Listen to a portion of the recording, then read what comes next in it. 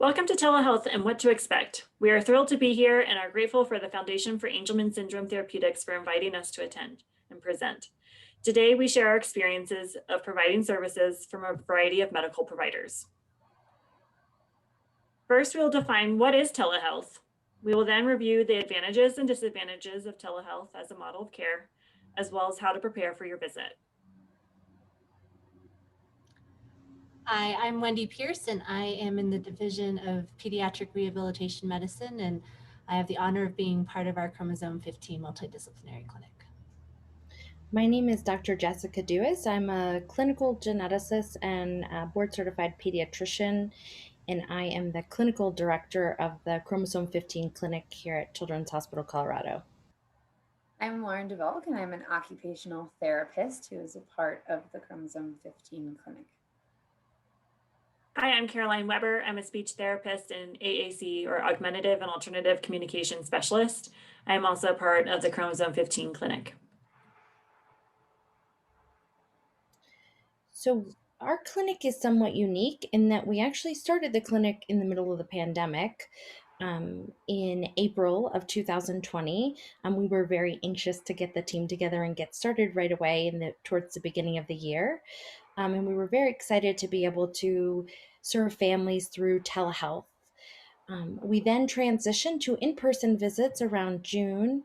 And since then, we've been doing somewhat of a hybrid system where we're seeing some individuals on telehealth and many in person. Some providers still join us through telehealth, and this is also to ensure that we continue to have social distancing within our clinic. And we're currently considering how to best use telehealth in combination with in-person visits for our patient population. So what is telehealth? Telehealth tends to have a lot of names like telepractice, telemedicine, teletherapy, remote visits, distance visits, e-health, and virtual visits. It may seem really overwhelming, but what it really is telehealth is connecting from your home using a computer, laptop, tablet, or smartphone to a secure video conferencing platform for a medical or therapy appointment with a provider. It is similar to FaceTime or Zoom. As our lives have been impacted by the coronavirus, a silver lining is the unprecedented growth of telehealth. With many more families having access to internet, smartphones, and devices, telehealth is increasing the access of care to quality providers. Children's Hospital Colorado has been growing its telehealth program for many years now and was one of the first children's hospitals to transition to telehealth services at the start of the pandemic. As Dr. Duis mentioned, this allowed us to quickly change our Chromosome 15 clinic to a telehealth model and allowed us to serve families despite much of our lives being shut down. What are the advantages of telehealth? First, as clinicians, we can have a better look at the home environment. We can see favorite toys, adaptive equipment, activities that might be harder to see in the clinic room. There can be immediate access to other family members and pets that would not be allowed in the clinic setting. It provides more convenient access to services as it eliminates drive time, the need to pack things up. As a parent, I think about how many times I've loaded my child in the car and find out that we need to unload to change a diaper. It's not weather dependent or affected by unforeseen traffic events. And more importantly now, it reduces exposure to contagious illnesses. No masks are required for both you, your child, and the clinician. The pandemic has really opened up coverage for telehealth, and we will have to see what continues to be covered as the pandemic evolves.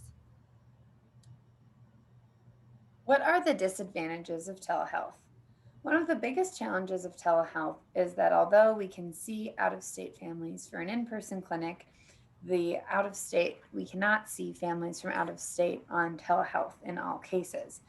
We can do telehealth when the provider and the family is within the same state. One of the barriers to telehealth is also finding a location in the home in which the internet connection is most stable, which can take extra time. It can also be a bit of a hassle to make sure the sound works. The patient and family and provider must take extra time to wait and to repeat questions to make sure that everyone can hear each other. Although it is helpful to see how the child moves in the home setting, some important physical measures such as muscle tone, skin integrity, and vital signs are more accurately measured when the clinician is able to physically touch the child. It is more difficult to see the whole child's body and physical positioning when sitting, standing, moving around, and may require the parent to get different angles of the child to move the camera to see what the child is doing. When in the home, the parent must take on additional roles in order to make sure that the child can complete the directed steps that the provider is asking for. What's a parent's perspective? Let's take a few minutes to find out what a parent thought. Now that we've been running the Chromosome 15 clinic for several months now, we were fortunate to be able to reach out to a parent to find out what their experience was. I'll read her words exactly as she shared them. What did you like about the telehealth visit? The parent responded, "It's very convenient. You don't need to leave your home, yet you have access to all of your providers. Your child can be surrounded by their own toys and snacks, and whatever else you need." What did you dislike about the telehealth visit? 3 hours was a long time to keep a 2.5-year-old engaged on a computer. While telehealth is a great and convenient option, it is still nice to see providers in person. And the biggest thing I missed about in-person versus telehealth is missing the opportunity to network with other Angelman syndrome families. In regards to the in-person visit, the parent responded, "Hands down, my favorite moment was seeing my 2.5-year-old angel interact with another 2.5-year-old angel for the very first time. Having the opportunity to meet and interact with other Angelman syndrome families is so special when in person at clinic. It's really helpful to be in person to help build rapport with all of the providers as well. While in person, you can also be more thorough with weight checks, blood tests, etc. if needed." What did you dislike about an in-person visit? The parent responded that likely due to COVID-19, but it was a challenge to entertain a toddler while it stayed in one room for hours on end. Bring toys and snacks. It would be so great if there was a communal space where families could meet one another when they had a little time between appointments. And lastly, when asked what advice for another family would you have about the Chromosome 15 clinic telehealth visit, the parent responded, "If your internet connection is inconsistent or weak, a telehealth visit will be very frustrating. It's easier to do on a computer than holding a phone the entire time. Having a second adult in the house, if possible, makes it easier to be able to listen and engage in conversation while still entertaining your angel. And your time is scheduled with appointments back to back, so it's important to be prepared with what you hope to discuss so that you can be sure to get all of your questions answered." What should be considered before scheduling a telehealth appointment? So, when you're scheduling a telehealth appointment, it's very important to consider what the coverage for the visit would be like, both from the perspective of insurance, but also from the perspective of the provider as well. So, we would love to be able to offer telehealth and our specialty services across the whole country. But unfortunately, we're not able to do so. And the reason for that is that we have to be licensed in the state where the individual patient is located to be able to offer telehealth. We also have to consider whether there is coverage through our malpractice insurance to be covered for that visit. Additional things to consider when scheduling a telehealth visit are the type of visit that you will be receiving, if it is a first visit or if it is a follow-up visit. The full first visit is a full comprehensive getting to know you of the child, which may make an in-person visit ideal, whereas the follow-up visits tend to be addressing specific patient concerns that have arisen since the initial visit. Another thing to consider is the opportunities for collaboration and parent networking that are offered within the in-person setting. In the in-person visit, providers are allowed to collaborate and given more space for collaboration in between visits, whereas that's not as available during telehealth. And parents are able to meet each other in the in-person visits. And as we talked about, deciding between having a visit telehealth or in person can be also based on the goals that you want to accomplish in clinic. These goals can be specialist dependent. So in physical medicine and rehabilitation, gait and muscle tone may be easier in person. If we need x-rays, then they can be done the same day, but adaptive equipment may actually be easier through telehealth, where we can see all the equipment that's being used and the accessibility of the home. From a physical therapy perspective, evaluating range of motion can be harder via telehealth. It may be easier in the virtual setting to really see what that home program looks like.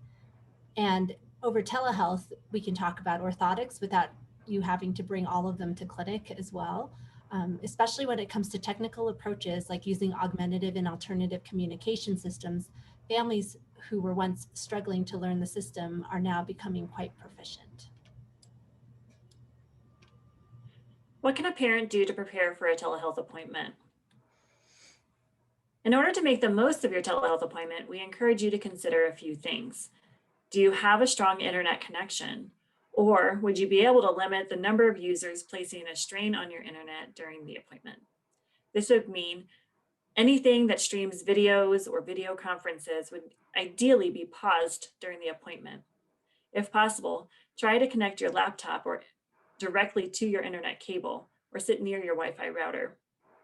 Additionally, the best equipment is a laptop or a tablet, as this will enable you to move around as your angel moves around the room.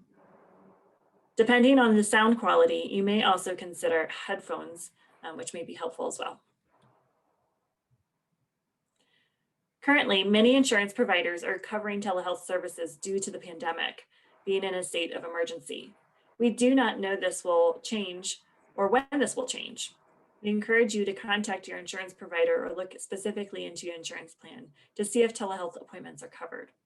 Your scheduling team at your medical facility may be able to assist you with this as well. Prior to the appointment, check that you have the information you need to connect to the visit. Download the necessary software, and if you run into any issues, ask for a tech check where someone from the medical facility can assist you. You can also ask for the contact information for the IT department at your medical facility. Also, prior to the appointment, you will need to complete some necessary paperwork. At Children's, families must consent to receiving therapy via telehealth. In addition, if your child is over 18, there may be additional paperwork required and a separate login for your telehealth appointments. When scheduling the appointment, ask which providers you'll be meeting, especially if it's a multidisciplinary clinic, and find out how long the appointment will be, so you can try to have another caregiver available if it is an especially long appointment. Have your questions prepared ahead of time, but then also make sure to have the equipment, toys, food, and any comforting items ready for your child in the room as well. This definitely feels like a long list, but know that these steps take place over weeks before your appointment. And always remember that your team is going to be so thrilled to get to see you. We look forward to answering your questions.